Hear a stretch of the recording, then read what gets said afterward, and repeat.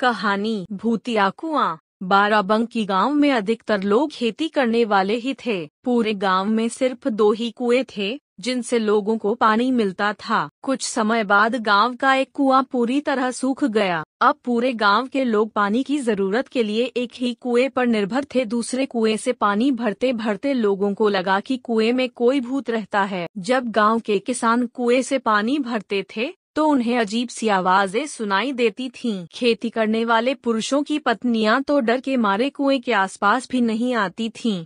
धीरे धीरे पूरे गांव में बात फैल गई कि कुआं भूतिया है। अब रात के समय कोई भी कुएं के पास नहीं जाता था। इसी बीच गांव का एक बच्चा कहीं खो गया।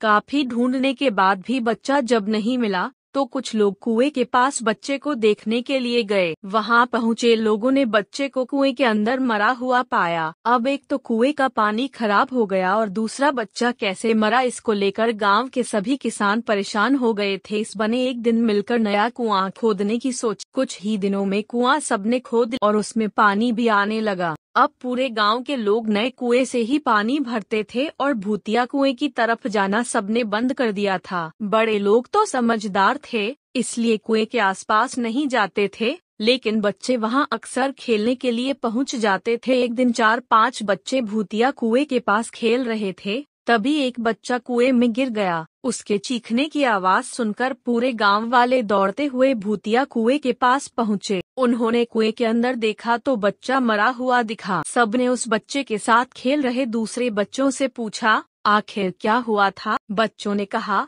वो खेलते खेलते पानी को देखने गया और अचानक कुएं में गिर पड़ा। इस हादसे के बाद गांव वालों ने तुरंत एक तांत्रिक को जाकर कुएं के पास बुलाया। वहां पहुंचकर तांत्रिक ने बहुत सारे मंत्र पढ़े, जिसे सुनकर भूत सबके सामने आ गया। तांत्रिक ने अपनी विद्या का इस्तेमाल करके उस कुएं को छोड़कर जाने के लिए कहा। भूत ने तांत्रिक की बात को मानने से इनकार कर दिया। तांत्रिक ने पूछा, तुम क्यों नहीं जाओगे?